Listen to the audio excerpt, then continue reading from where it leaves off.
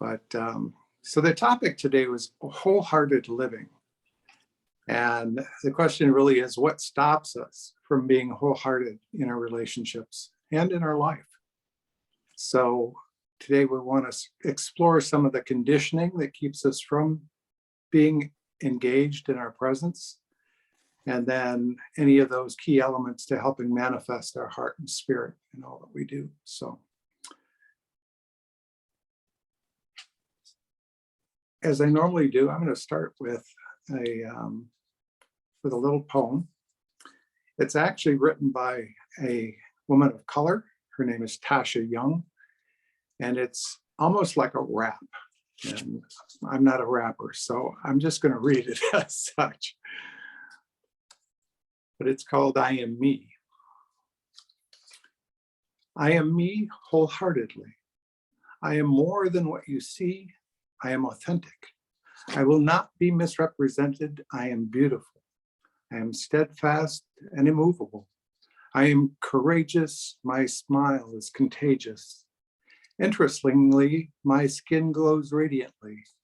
Its honey golden complexion was kissed by the sun, embracing my imperfection.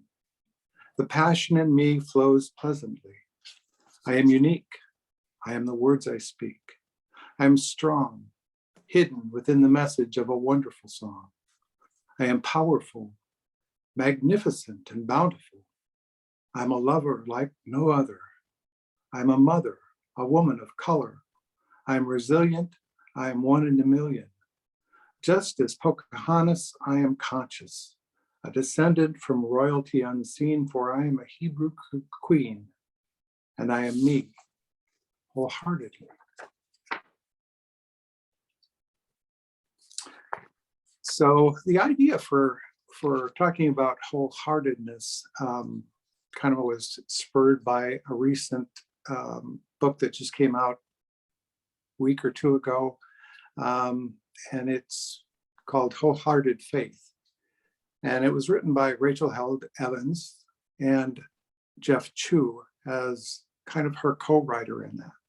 It was a book that she was actually working on at the time of her untimely death 2 years ago in 2019 at the young age of 37. And her husband knew that she was working on it. And he asked a dear friend of theirs and one who had been by her side even at her death, Jeff Chu, to finish Rachel's book. And the book in references a lot of the research work of Brene Brown that produced her book, Gifts of Spiritual Imperfection, which is one that kind of is imprinted on my heart as one I have to kind of live by.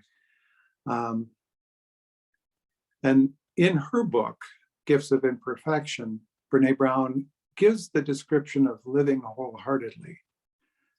She found that in her research, wholehearted living is about engaging in our lives from a place of worthiness.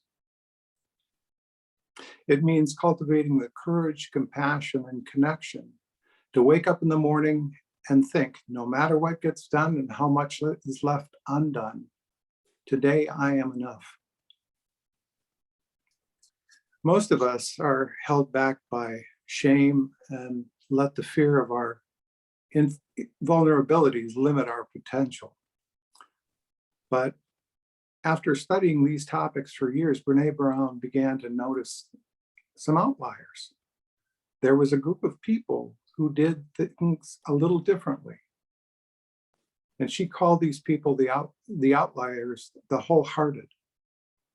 And in thousands of interviews she conducted, she concluded that a deep sense of love and belonging is an irreducible need for all women, men, and children. Her study revealed that what made people wholehearted and what made them unique was that they're living and loving with their whole hearts, despite the risks and uncertainty. And as I said, we kind of live in an uncertain world. And along with Rachel Held Evans and her ability to question her own faith and to live in the questions, Brene Brown felt that people who are wholehearted were able to live in the questions of the uncertainty of life and embrace each and every moment, even though they're still living in that uncertainty. Wholeheartedness is something that we spend our life walking towards. We may never get there, but you know if you're walking in the right direction.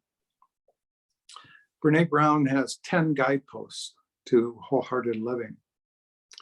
The first one is practice authenticity and let go of what other people think. Find self-compassion. Let go of your perfectionism. Cultivate resilience, letting go of control. Build gratitude, joy, and sufficiency, and let go of scarcity. Trust your intuition and faith, and let go of your need for certainty. Foster creativity, and let go of comparison. Protect your play and rest. Let go of busyness as a status. Don't fear calm and stillness. Let go of your anxiety. Cultivate meaningful work and let go of other self-images and self-doubt. Cultivate laughter, song, and dance. Let go of being cool and always in control. So thinking about wholeheartedness in this context, I look at how we might understand Rachel's vision of wholehearted faith. And what does that mean to you? If I ask the question, what is a synonym that comes to mind when you hear the term wholehearted? Any responses? It's kind of living life by jumping in with both feet. That's the way I think of it. Well, for Rachel, it means we're freed from the self-harm that comes from dividing mind and spirit, body and soul. It means we find the freedom that comes from reuniting thought and feeling. It means we no longer question the gift of questioning because God is our safe haven. God doesn't need to be protected from our questions. And in fact, it's a remarkable act of trust and hope to ask questions of a God who is nothing but love.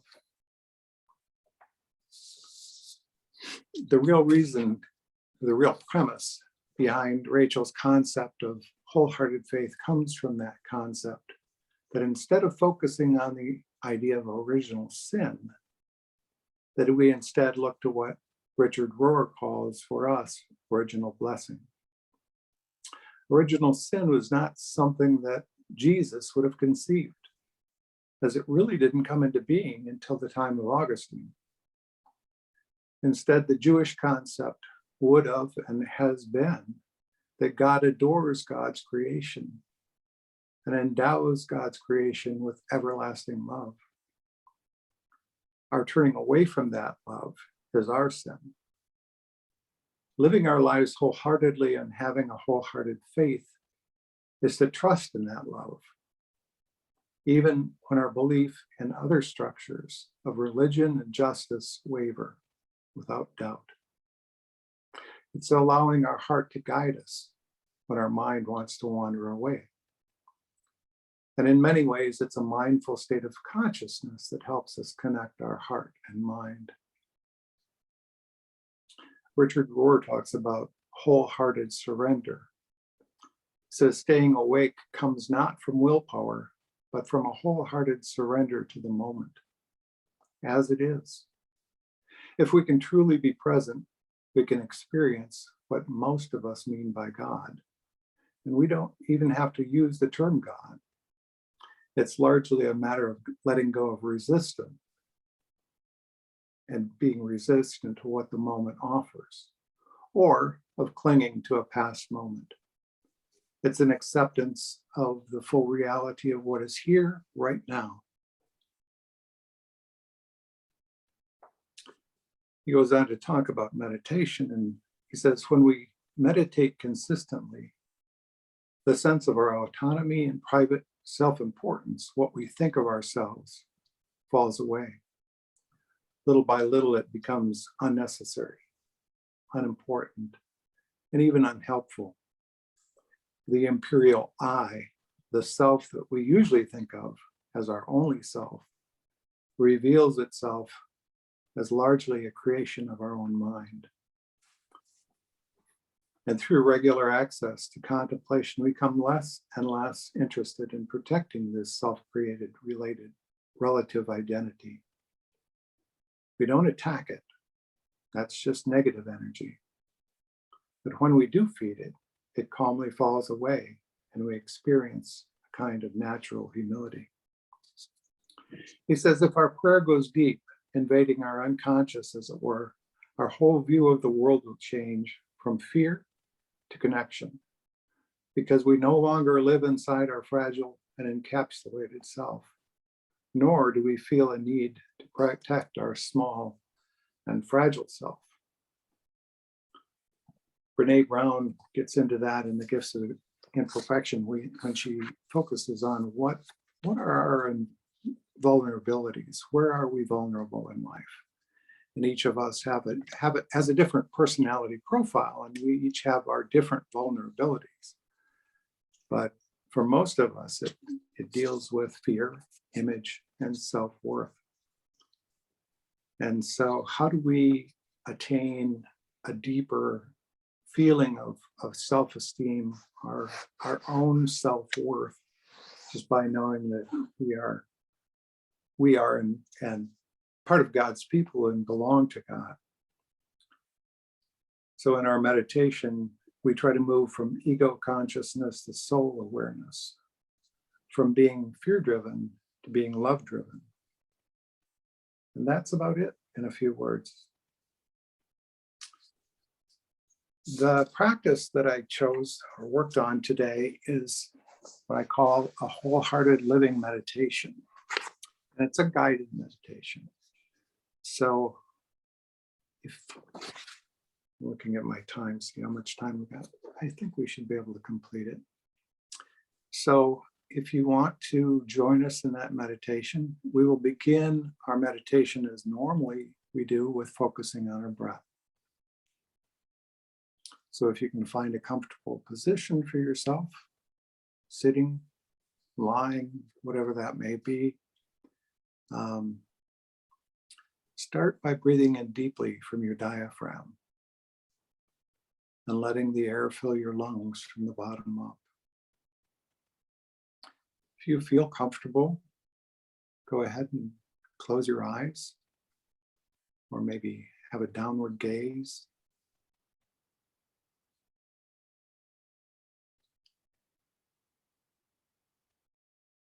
Repeat the breath and feel your body begin to relax into the rhythm of your own breath.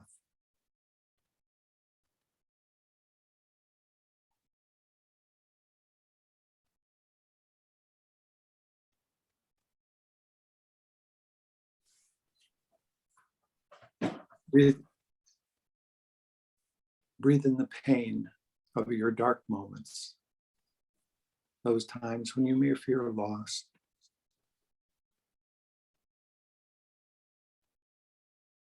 And I invite you to know that you are not lacking in grasping and searching for what you may want. I invite you to know that you are already whole in the questioning you may feel of being enough.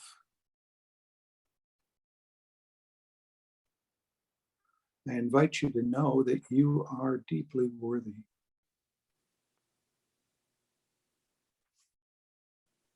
If it feels like you've kept yourself small in the familiar and safe, please know that you can now create something new.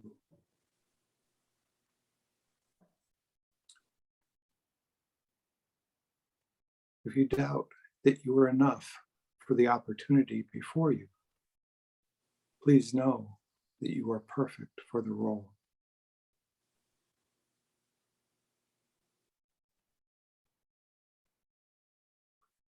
If you doubt that the ones you want to be with actually do want you, please know that you are love itself.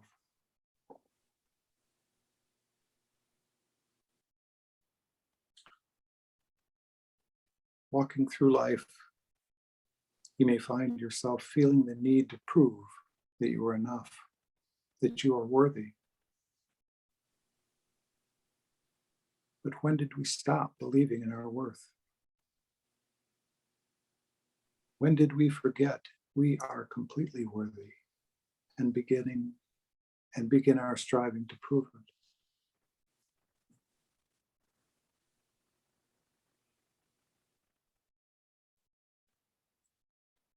Would you be ready to lay it all down, to release and relinquish the doubt of your precious value? Would you be willing to breathe into your beautiful being and accept that you are completely worthy?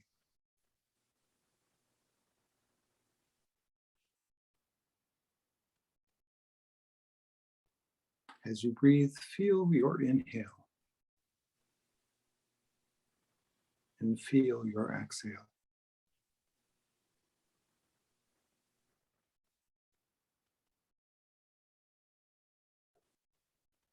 Feel your inhale and hold.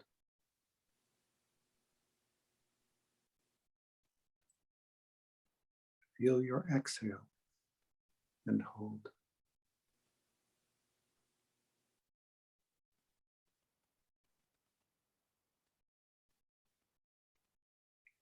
Then continue to feel the rhythm of your breath. And as you do, relax your jaw. See if you can notice the pause between your inhale and your exhale.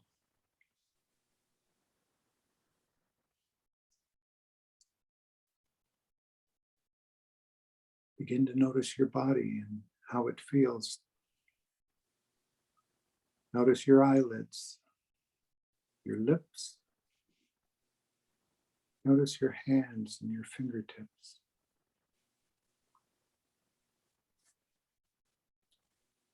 Notice your feet. And notice your toes.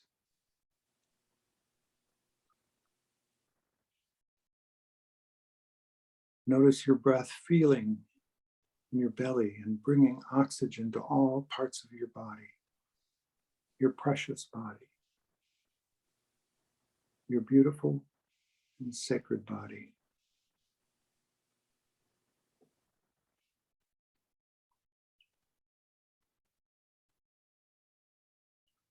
Noticing the tip of your nose, the corners of your mouth, the temples of your forehead. Allow them to relax and breathe.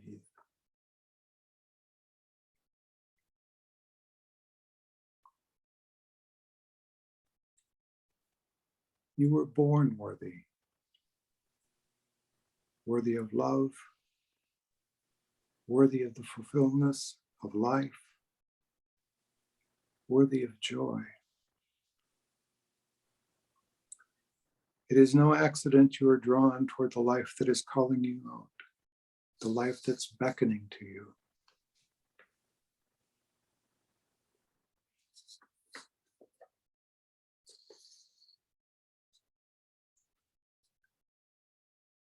You are worthy from the moment that you first took your first breath. Down to the hairs on your head, you are made unique and divine. You are made as an expression of love. You are love.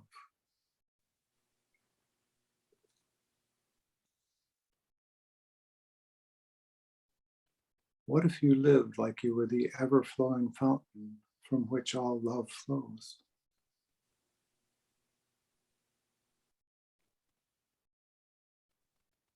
when you want to feel love, I invite you to start loving.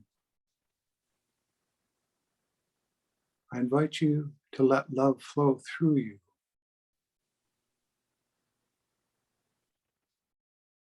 I invite you to imagine that you are magnetic.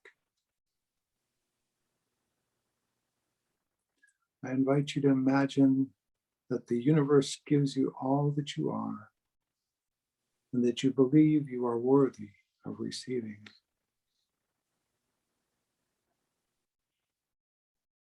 What would it be like to hold yourself as worthy simply as you are?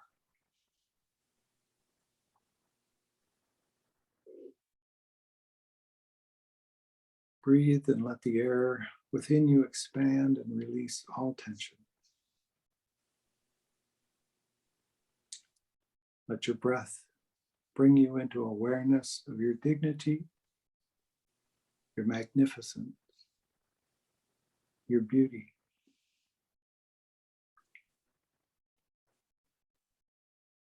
That every fiber and cell of your body is precious and cared for. Let it feel like presence, the presence of all that you are. I invite you to know deeply that you are worthy to feel, to savor, to find fulfillment in every step and moment of your journey. That you're worthy of the love and connection that you are. That you are born worthy of every expression of love that comes back to you as a mirror for who you are.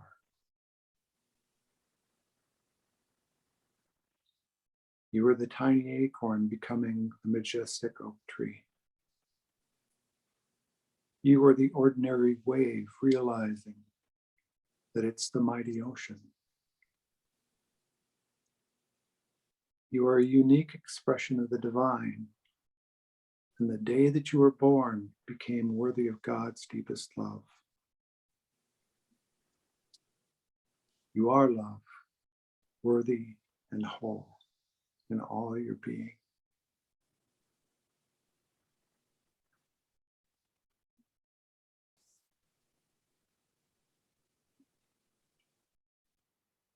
Continue to feel your breath, your body, and especially the concentration of your heart.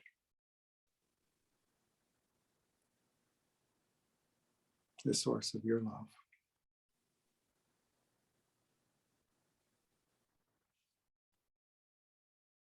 Now I invite you to bring your attention back. Take a deep breath, slowly open your eyes, wiggle your fingers and your toes.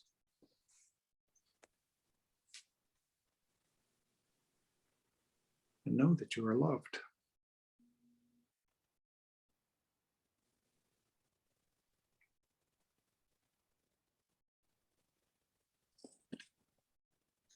So any reactions from the group? Any thoughts on wholehearted living or being wholehearted in our faith? And go forth and live wholeheartedly.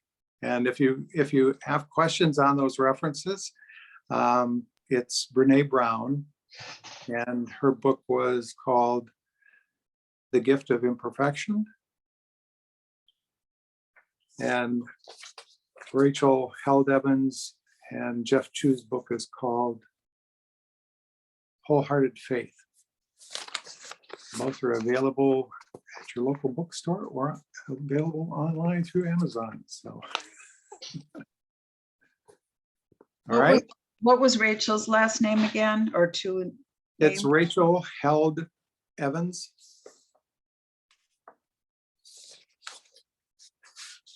Okay, thank you. She was raised in a very evangelical fundamentalist Southern Baptist family, and her questions led her to seek a little bit broader understanding of God through, I believe she became an Episcopalian, so almost a Lutheran. So, all right. Well, everyone have a great day and enjoy the sunshine if you get any today.